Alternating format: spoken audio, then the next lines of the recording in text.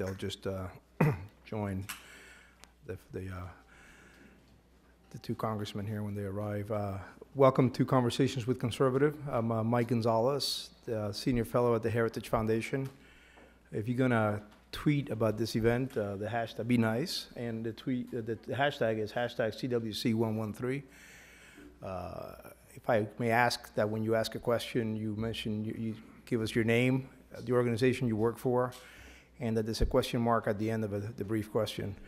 Why don't I kick it off to the two gentlemen who are here. Obviously, the border situation is the most pressing news issue that we have right now.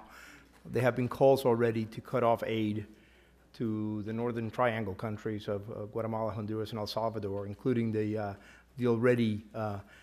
already diminished military aid that we give them so they can help themselves. Do you have a view on this? I'll let the border guy talk first. Randy? Well, Randy Weber from Texas. I was the vice chair of the Texas Borders Committee my last term in the Texas legislature, so I know what it's like down on the border. And by the way, I will be there this weekend to survey the border firsthand. I did file a bill that does away with foreign aid immediately for those four countries, Honduras, El Salvador, Guatemala, and Mexico, because they're not helping us stem the tide. Now, I don't know how many of y'all saw this, but last week, it might have been, I don't remember the exact date of the press conference, the President of Mexico and the President of Guatemala press release had an agreement that Mexico would not hamper those who were coming up through Guatemala on their way to the United States of America, that they would actually give them kind of a safer passage, if you will. So Mexico understands that there's a lot of this going on, and rather than help us stem that tide, they're actually aiding, I would say, aiding and abetting in that human trafficking. So I filed that bill. Currently has about 11 or 12 co-sponsors. It does not impact, the bill does not impact the war on drugs and the war on human trafficking. It exempts those funds, okay? So, yeah, I think that they're turning a blind eye toward what's going on. And that's a very good question, Mike. And what I'm hearing from constituents, probably very common to many members, very upset about the situation. But at the end of the day, this is the president's border crisis. I believe it was his statements and his encouragement that has led to this humanitarian crisis. And we're looking for the president to actually tell us how he's going to solve that crisis. But suggesting amnesty or proposing that, as he has done numerous times, as well as his executive order right before the 2012 election, I think has created this crisis. So, Mr. President, where's your leadership here? This is a crisis that I believe you have precipitated by your actions, as well as your inactions of failure to secure the border. And Mike, if I may, let me add, I'm sorry, Jim, I failed to mention that, you know, we're actually having a mailer come out in our district that says it is time to put America first. The president is the face of the border problem, and perhaps that's why he didn't show his face on the Texas border last week. I want to make that point. Very good. Why don't we go to the floor right now and see if anybody has any questions? This lady right here. There's a microphone coming. Good morning. Thank you for having this today. My question is, I'm Penny Starr with CNS News, by the way. In 2006, Congress enacted the Secure Fence Act that mandated DHS build a double border fence with a road, lighting, cameras, and sensors from 15 miles west of Laredo all the way down to the Gulf of Mexico. This is exactly where the border crisis is now. The mandate for the double fence was gutted by language inserted in a continuing resolution by Senator Kay Bailey Hutchinson. The fence was never built. Should the fence have been built? Should Congress mandate Obama build it now? Thank you. I'm sorry, you said Penny Starr? Yeah, hi, Penny. Can Congress mandate that the president do anything? I mean, he has ignored the law over and over and over again. That's why I said earlier that he is the face of the border problem, that perhaps that's why he didn't show his face. You have a lot of different issues at play here. A lot of the landowners along the Texas border don't necessarily want the fence built on their property. You've got the Big Bend National Park there, which has some rules that agents can't go in there. Those rules need to be changed. You've got sectors, Governor Perry, you know, I was down on the, in a DPS briefing 4 years ago, I think. This has been coming for some time. Governor Perry was on TV here the other day saying that there's different sectors where there's some really hotbeds of traffic. In those areas, a fence would make sense, but there's hundreds and hundreds and hundreds of miles along the almost 1,200-mile Texas border where a double fence, for example, wouldn't make sense.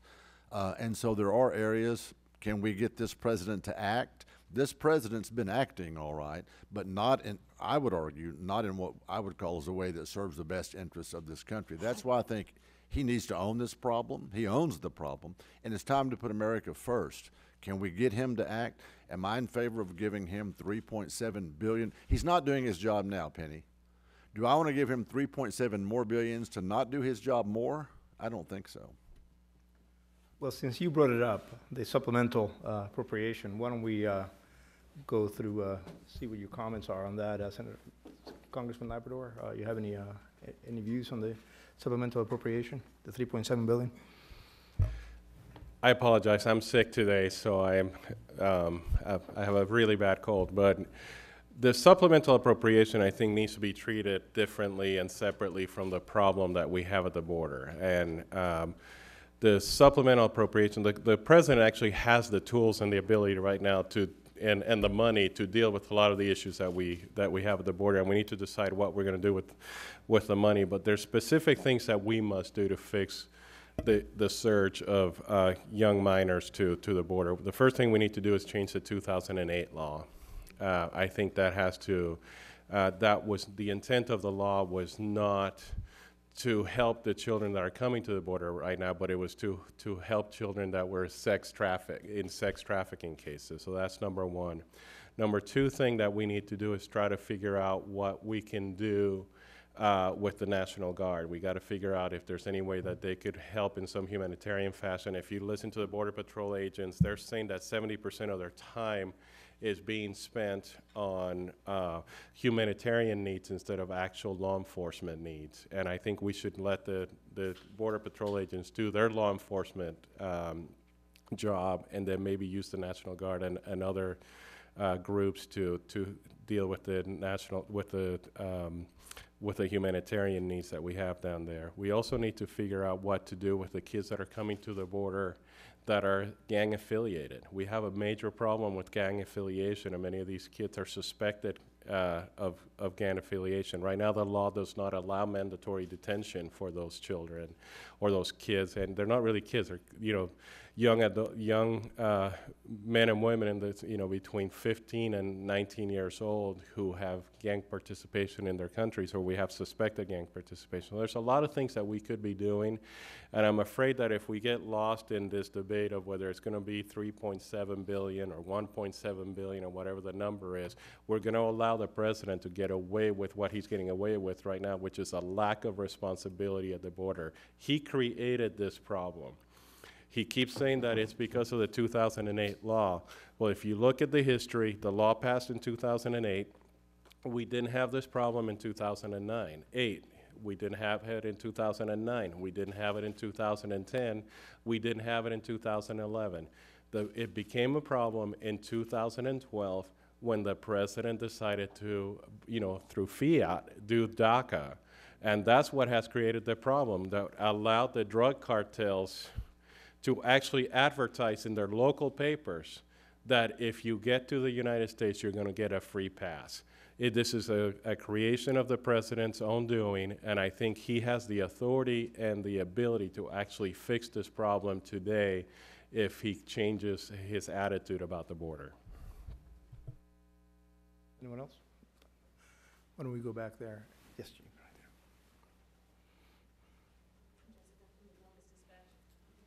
No. Can you put that up?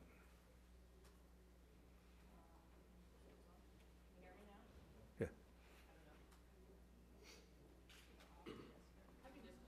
Yes.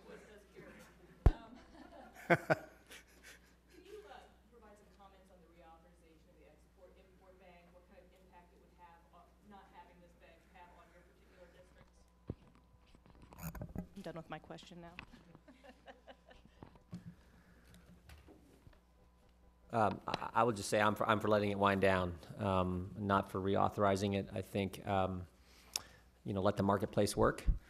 We are hearing from some folks, I think probably all members are hearing from some folks in their district about the issue, but it seems to me the market works a lot better than folks here in Washington trying to dictate where we're going to loan money and how we're going to do it.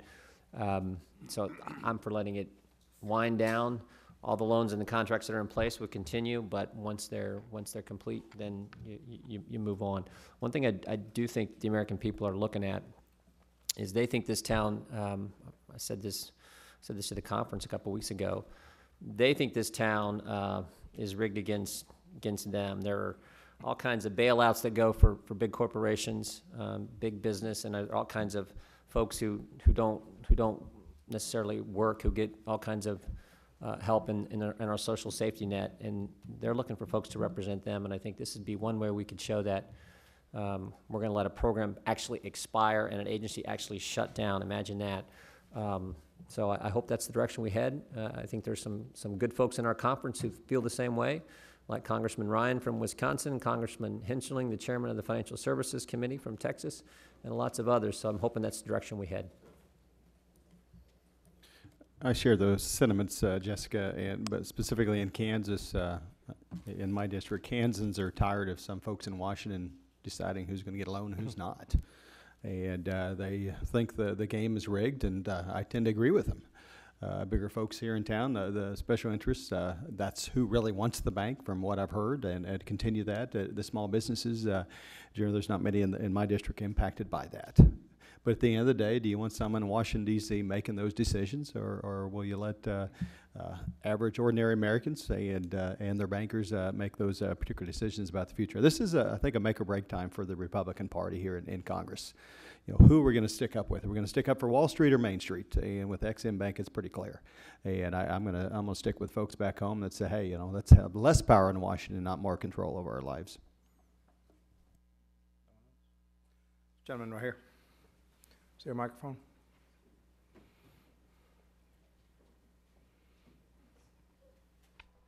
J.C. Derrick with World Magazine. Going back to the border issue, Congressman James Lankford has said that he believes the administration is reading that 2008 law incorrectly. He said it's a novel interpretation. So he doesn't actually support repealing the law. He thinks that Congress should clarify it to make sure that he doesn't widen the scope of, the meaning to include all the people who are currently coming to the border. Can you comment on that? Well, that's why I said change the law. I didn't say repeal the law. I think parts of the 2008 law are good. What I think the administration is broadly interpreting it. If you look at what the law was part of a sex trafficking bill, and it was supposed to protect minor children who were coming to the United States through sex trafficking rings. I do think the law is a little bit overbroad, and I think we can do some minor tweaks to the law to change it, but I don't think anybody's advocating repealing the 2008 law in it entirely, because the big bill that it came from was something that I think everybody agreed needed to happen, which was to protect children from sex trafficking. If I may, JC, let me follow up on that. In Texas, we believe that everything's bigger and better, and we like it that way. Like a lot of those records that we hold, producing the most oil in the country and so on and so forth. But one of the records that we don't like is that we have 25% of human trafficking comes through Texas. And that's a record that we don't want. So I think the law was aimed at victims of human trafficking, like Representative Labrador said. We need to change that. There was an internal memo, I think it was the DHS, that 70% of those coming up here recently amongst the UACs are wanting sanctuary up here rather, and they're bogus claims, up to 70% of them. So they're using our law against us, if you will, in that regard. Now, let me also add that as vice chairman of the Borders Committee in Texas, the DPS informed us that 70 Eastern Religious Sects, S-E-C-T-S, 70 Eastern Religious Sects are coming across our southern border. We don't know who's here. So the border is a problem. We do need to tweak that law, like Royal was saying, because it's not being used for the original intent. Do we want to protect the victims of human trafficking? Absolutely. But I think that law is being misinterpreted and misapplied. And even their own internal memo said so. And something else the administration is doing is, for example, the law was supposed to protect unaccompanied minors. And they're applying it to accompanied minors who are with their parents. I mean, that alone would take care of a large number of the people that are coming to our borders. So what you have right now is you have the drug dealers and the mules and everybody else are going in one direction. The children, unaccompanied children, and the accompanied children with their families are going into the hands of Border Patrol. And the Border Patrol is treating both of those groups the same. The law actually allows them to treat the groups separately. Even under the current law, the unaccompanied children are treated one way and the accompanied children are supposed to be processed with their parents. And this administration is not doing that. So there's a lot of things this administration could do. They have refused to enforce the law, and they sent a clear message to Central America that we have an open borders policy. They keep saying that that's not true, but that was the only message that could have been sent from the actions of this administration. And I think that's why I'm encouraging the administration to actually take some responsibility.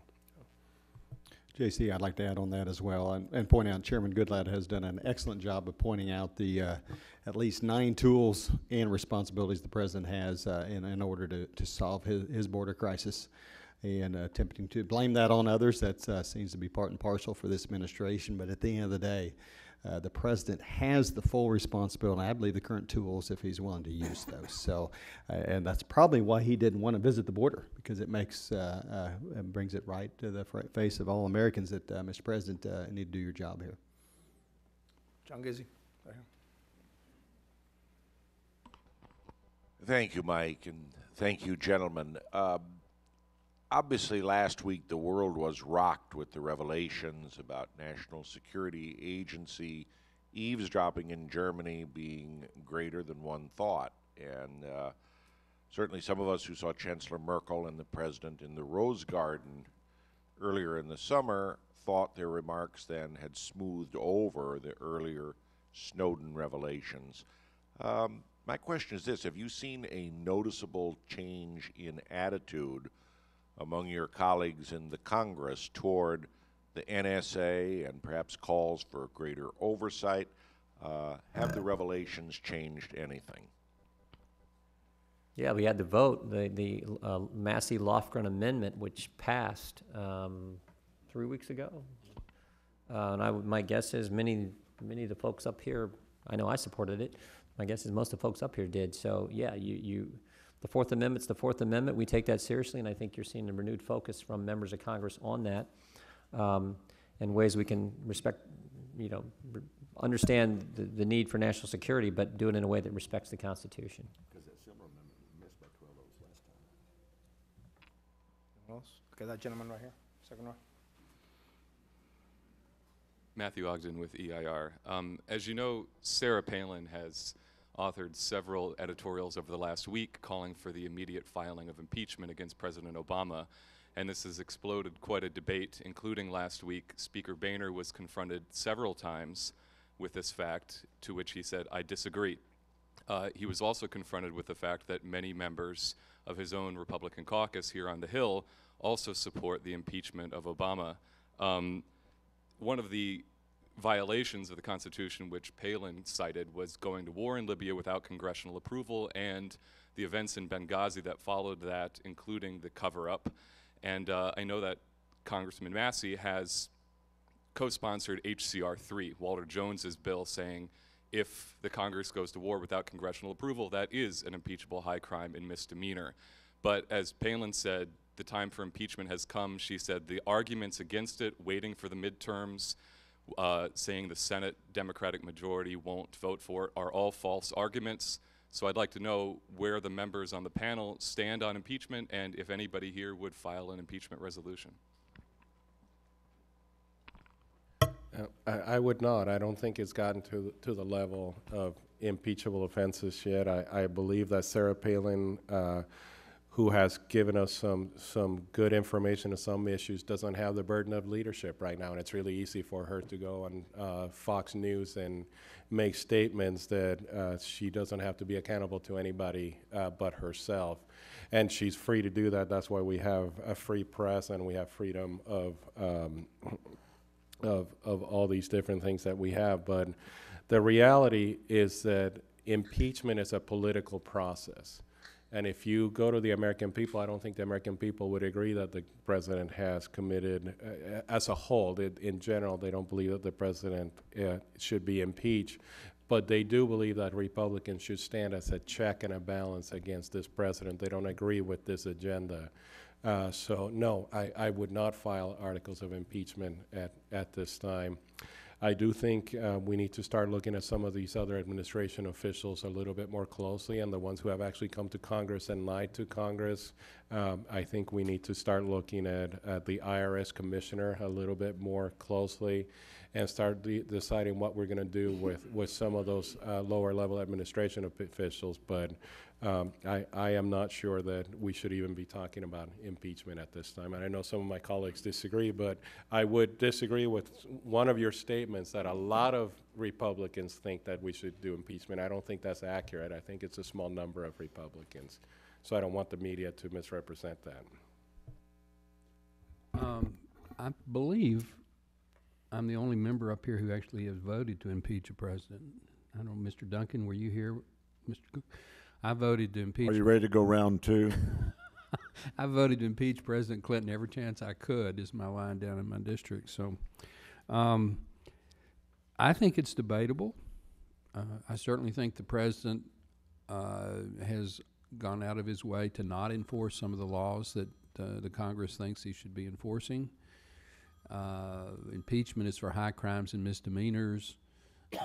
The Constitution doesn't really define what that is. So as Raul just said, there is a political element to what a high crime and misdemeanor is. But having gone through the impeachment process with President Clinton, as a practical matter, it wouldn't be possible, even if we made the decision today to do it, because of the complexity of the procedure and the need for real regular order and due process. If you're going to impeach a president of the United States, you need to do it right. And it's already July, and we're going to, we're even if the speaker, called us back and did all sorts of extraordinary things with the schedule, I don't think you could do it as a practical matter. And you certainly are not going to get a conviction, a 2/3 conviction in the Senate. We've never convicted a president. We've impeached two. I don't believe Clinton even got a majority against him. I could be wrong on that. But President Andrew Johnson, after the Civil War, failed to be impeached by one vote. So the thing to do is to hold the president accountable through the oversight and investigation arm of the House and the Senate, and to make sure the American people, who are the ultimate judges, know what the facts are. And I believe I'm correct in saying that the president's approval rating is at an all-time low for his presidency. So you give the voters the facts, and they'll come to their own conclusions. But at this point in time, I don't think it would be a good use of the Congress's remaining time in this Congress to start the impeachment procedure. Let me just add this, good or bad, like it or not, there's a political element to everything that we do here in the Congress. And I like Sarah Palin, and I like all these, the people that I have seen call for some kind of impeachment action. But every political analyst almost that has really looked at this and has said that nothing would fire up the base of the Democrats more than an impeachment action, and also that it, even perhaps more importantly, that it would turn off some of the independents who are right now leaning our way. And so if you want to help the Democrats keep control of the Senate, this would be one way to do it, to start an impeachment action. And so I don't think any of us up here, though, want to do that. We've got things going our way right now. I remember a month after the after the 2008 election. Well, in fact, come to think of it, I did see an article either today or yesterday that said that the Democrats were using this impeachment talk to gin up their contributions. But I remember a month after the 2008 election, we always, after all these elections, I read it after the 1964 election when I was in high school. I read it after the 92 election. I read it after the 2008 election that the demographic trends were going against the Republicans and the Republican Party was dying or on its way out. Senator Howard Baker, after the 2008 election, wrote an article or a column in the Washington Post, and he said, those who say the Republican Party is dying are wrong. The Republicans will come back stronger than ever, because the Obama administration will either overreach or underachieve or both. Well, they've done both, and when they're what's the old saying? When somebody's shooting themselves in the foot, we shouldn't take their gun away from them, and so we need to talk about a lot of other things other than impeachment at this point. And nobody wants a President Joe Biden. Okay. Okay, order, please. Well, the one thing I would just say, Congressman Barton talked about the president needs to be held accountable. Right now, the courts are starting to do that. And so I support what the speaker's doing with the suit that he's bringing. I mean, you think about the last two decisions, 9-0 on the recess appointments, 5-4 on religious liberty, the Hobby Lobby decision. Right now, we do need to hold this president accountable. Right now, the courts are beginning to do that, and the Speaker of the House is moving forward with the cause of action. I think that's right on target. And I'll add a couple things on this as well. What Governor Palin is mentioning is what I hear amongst many Americans, particularly conservatives, just concerned, ever increasingly concerned about the lawlessness of this administration. And how do you respond to that? I say as a member of Congress, we do our constitutional duty, and we're doing that right now today on the House floor. For the first time since I've been up here, we're actually going to discuss and go after the IRS and their spending. And I am sick and tired of members of Congress, President Company accepted, that say, hey, it's somebody else's job. It's our job. We can hold this president accountable through the power of the purse. We just have to use it. And we are starting to do that. And I know when I see that frustration, Americans would like a home run so we can bring this guy under constitutional control. I get that. But it is a tough process. It's a political process. And finally, we have a chance on the IRS today. And we're going to continue to do that. I wish we'd go through every appropriations. We did that last week with a crazy regulation coming out of the EPA and the U.S. Army Corps of Engineers. We do that through the appropriations process, and we can do that in the House, and we're finally making a little progress on that. Okay, because Mike, before you run, let me wait on that. The president deserves to be impeached, plain and simple. But because of the reasons that my colleagues up here said, we've got so much on our plate that it's not practical. We don't have the Senate. Yes, he deserves to be impeached. But because of all the phony scandals that he calls them, I mean, our country is in a mecca of behest, and we've got so many things that need our attention. We do need regular order. We do need to do this methodically and correctly and do it in the right way. So I don't think it's practical that we impeach him right now, but he definitely deserves it. Okay, this young lady right here, because there are many questions, so please, I'd like to ask her to keep the questions brief. Right here.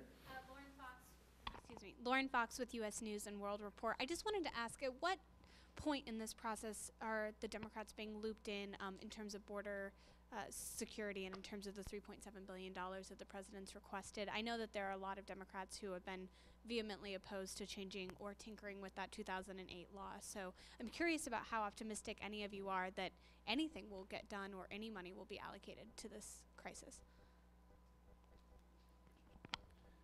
I don't know. I don't know that any of us are on the working group that the speakers put together. Well, I mean, I know I'm not. I don't know my colleagues. So I'm not sure to the extent that there's any bipartisan talks going on right now.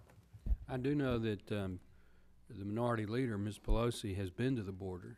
She held a number of very visible political press conferences on the border.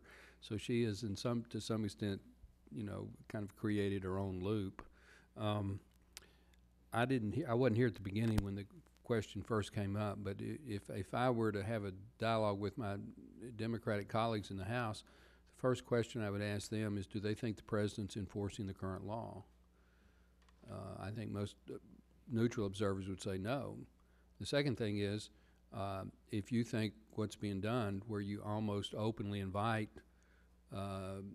children to come into this country without any authorization, would you vote to just repeal all the immigration quotas that we have in law and just make us an open country? Because that's, if you don't enforce the law we have, the practical effect is we're telling the world, forget waiting your turn to come to America. Get here any way you can and we'll let you in, especially if you're under 18 years of age. That's just not acceptable. I'm a moderate on immigration reform. I'd like to see at some point in time some substantive reforms to immigration, and I've got a bill that I'm going to be at least putting in public for draft purposes in the near future. But letting hundreds of thousands of children, however you define a child, accompanied or unaccompanied, just literally turn themselves in is just not acceptable. We have got to, there may be a handful that have some legitimate reason to seek asylum in this country, but I'd say 99.9% could easily be sent back to their country of origin, and it would be totally within our law and the law of the country that they're coming from. So I think we have got to enforce this, the sooner the better. And the president's request for funding, it can't have too many Republican votes, and it probably doesn't have a whole lot of Democrat votes.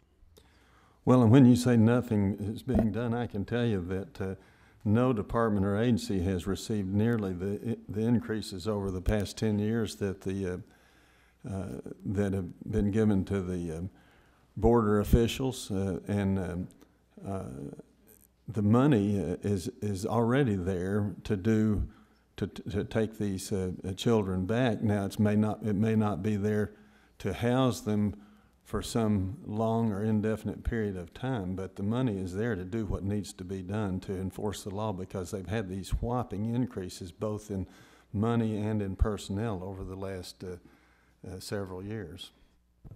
You know, and I agree, the money is there. He has the money that he needs to enforce the law, and if you think about it, I don't think I've seen any publication talk about this, but on May 10th of 2011, the president went to El Paso and he mocked Republicans, and he said that the Republicans keep asking me to increase enforcement, and he said his own words were that they're next going to ask me to build a higher fence and then a moat and then alligators in the moat. If you remember, he was mocking Republicans. And that's what happens when a president of the United States decides to play games with border security instead of actually enforcing border security, is that you have a rush to the border. We warned him about this. We told him that he kept playing games with this, that you were going to have, he was leaving an open invitation to all people of the world to rush to the border, because everybody would understand that if you made it to the United States, you were going to be granted some sort of amnesty. And that's exactly what's happening right now. He mocked us a year and a half ago, and now he's claiming that there's nothing that he can do to stem the tide. He can actually do something immediately. Rick Perry has asked them to deploy the National Guard. He refuses to do that. The National Guard could be deployed tomorrow. He doesn't need any additional funds for that. And if he does need additional funds, then come deploy the National Guard and come to the Congress and ask us to give him money for that specific thing. But instead of for enforcement functions, he's asking for money just so he can build housing for these people that are coming to the border. And I don't think that's what we should be doing. I think everybody knows this, but these children are not evading arrest. They are turning themselves in. They're coming across in buses, and at least anecdotally, I was told that earlier this week, 2 plane loads came to El Paso. They're not trying to get away. They're turning themselves in. They think that they've come to the promised land. This is not a issue of controlling the border. This is an issue of these people being told that they're almost have an invitation to come to the United States. Well, and sadly too, let me add, I've been all over the Texas border in the last 10 years. It is an issue of national security because of the 70 Eastern Religious Sects, SECTS, that I mentioned. The drug cartel is so brazen, they have T-shirts made up that says Gulf Drug Cartel. They walk around in Gulf Drug Cartel T-shirts, okay? The same network that moves these children across the border is the same network that's bringing in the drugs. They're the same network that is capturing some of these young girls and pressing them into the human sex trade. They're the same cartel that has been making contracts with some of the Al-Qaeda and some of the others from the eastern nations that say they can get them into America. Unfortunately, one of the things that the president hasn't done, he could do, if you go down Highway 77 out of Corpus Christi in Texas, the first Border Patrol interdiction point that you get to, checkpoint, is like 50 miles inland. Now let that sink in. Texas has 1,170 or 80 miles of border with Mexico. And on Highway 77, coming up from Brownsville into Corpus Christi, it's 50 miles inland. So the president could move the National Guard down on the border. The president could direct the Border Patrol to move closer to the border and interdict some of this stuff. It is a matter of national security.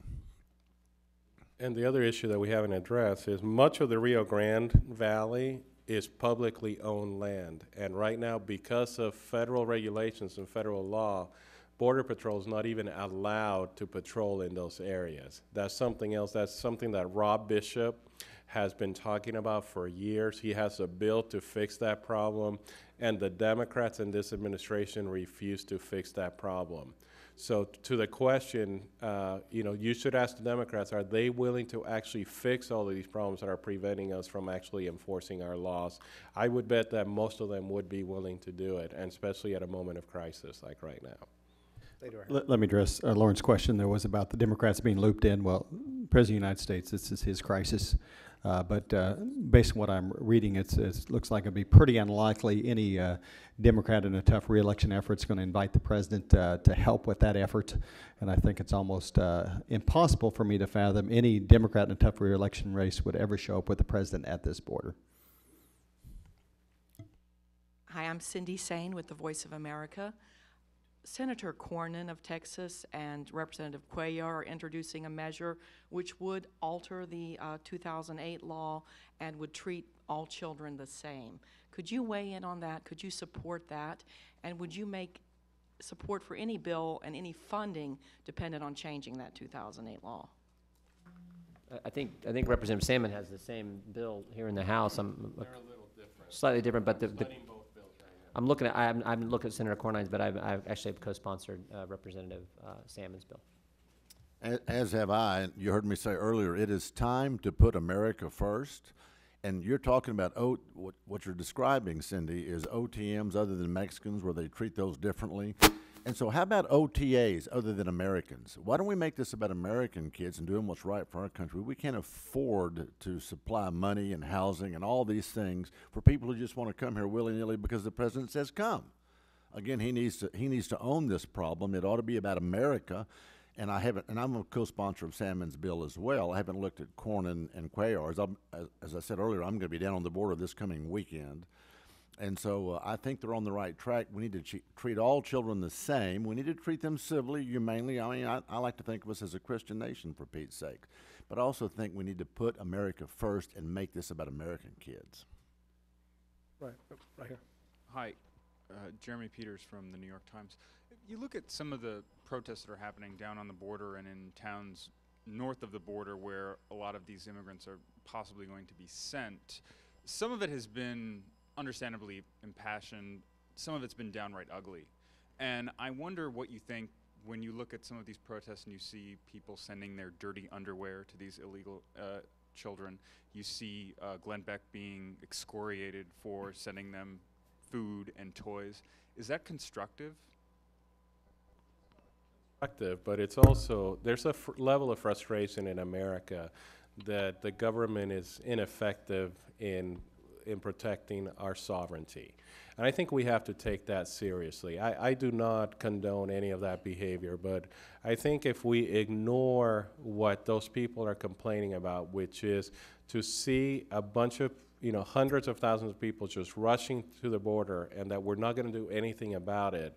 And if we don't take that seriously in Washington, D.C., it's going to create an even bigger problem that might not be able to be contained. So we better take it seriously soon instead of complaining about it like you seem to be doing. We actually need to actually do something about it and make sure that these people feel safe in their homes, safe in their communities, and that they can feel that they can trust the Congress to actually get things done on the border issue.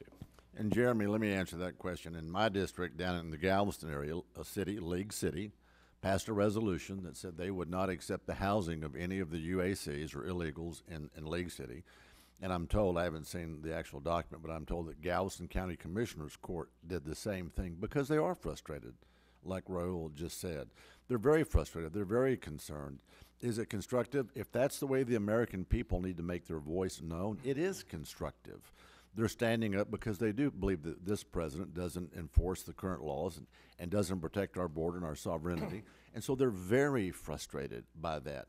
Now, Pete Olson, my good friend in Congress, just to the north of my district, has filed a bill that says the federal government cannot house these UACs or illegals in local communities without their assent, without their cooperation. So you're seeing a level of frustration all across America, starting with some of the cities and local municipalities. I think one of the things that you're probably referring to, Jeremy, is the event that happened in California, and I forget the name of the town, Murrieta, does that sound right? Okay, and so, you're going to see those kinds of things, but yes, the American people are very frustrated. When I go back to Congressman Uhlscamp's comments about he can't see any of the Democrats wanting this president to show up at the border to help because he owns this problem. And so people are very frustrated, and they're making their voices known, and that's a good thing. All right, that lady? Hi. Yes. Is this on? Yes. I'm Susan Cornwell with Reuters. I wondered how you see this meeting this afternoon with Jeb Hensarling on the Export-Import Bank. Those of you who are going, are you taking in some kind of message to that meeting? Are you worried that Hensarling might go along with reauthorizing the bank with reform? And also, I wondered, the other thing that people discuss is the possibility that this would be put on the CR, reauthorizing the bank would be put on the CR. And I wonder how strongly you feel about it. If that happened, would you vote against the CR? Thank you. This is going to be a test of leadership. We heard from some members of leadership, that they are against reauthorizing the EXIM Bank. So let's see if they put on the floor anything that actually authorizes the EXIM Bank. I think Jeb Hensarling has a good plan. I actually trust him on this issue. If he thought that there was a reform package that he could agree with, I don't know that I would disagree with him, since he seems to be the expert on this issue. So I will follow his lead on this issue, but I think most of us understand that the American people are frustrated. When you go and you talk to people in my town hall meetings, they tell you that they're sick and tired of the government bailing out big corporations and people who are not contributing. And they say it again and again and again. And they get frustrated when they talk about big government and big business. There's an incestuous relationship here in Washington, D.C., and some people believe that there's no difference between the two parties, that both parties are always going to defend big government, and both parties are always going to defend big business. And this is a test of leadership and a test for the Republican Party.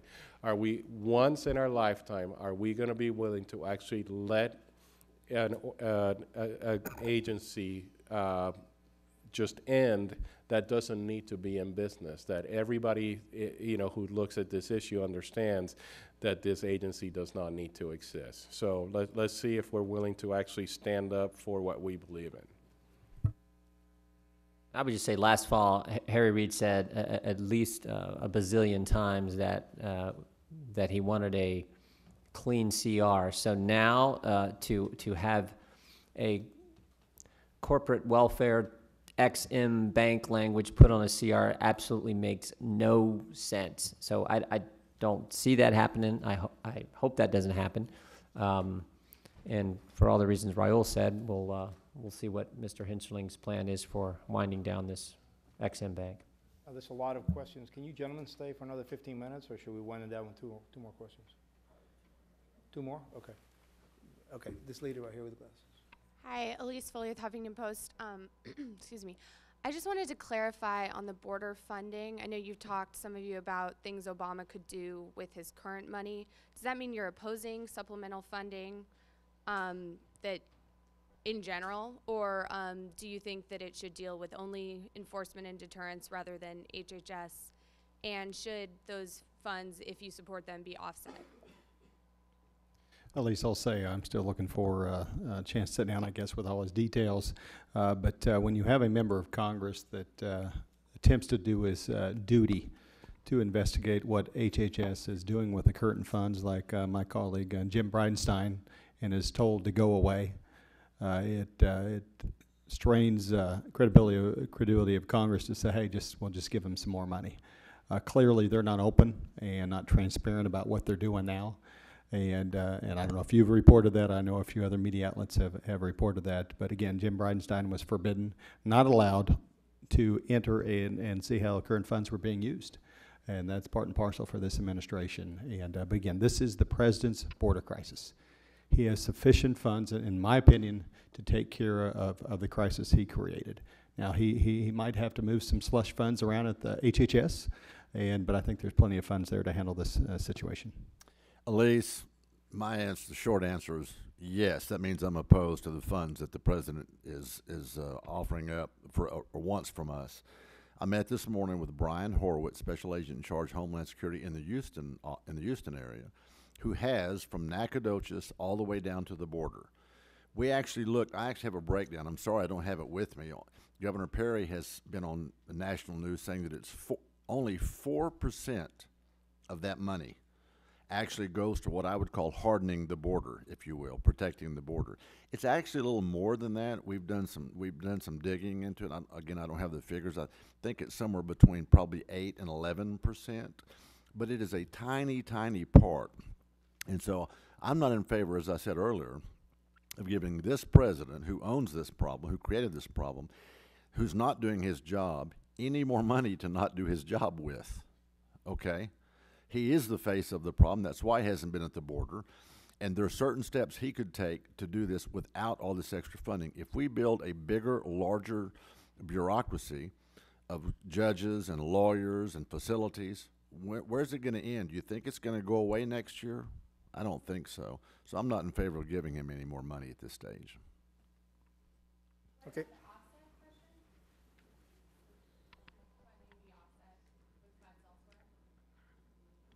Saying no to the funding. I don't think the offset question is real. Can we cut the president's salary? I'm just wondering. Okay, the lady with the orange dress right here.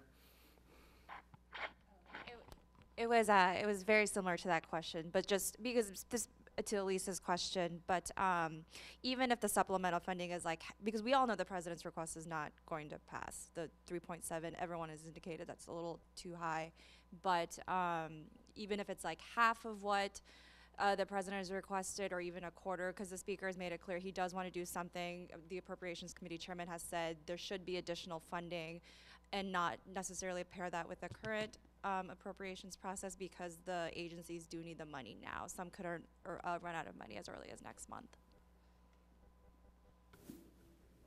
You know, we would all have to look at a credible request. Right now, you are talking about a request that is not credible, which is the president's request.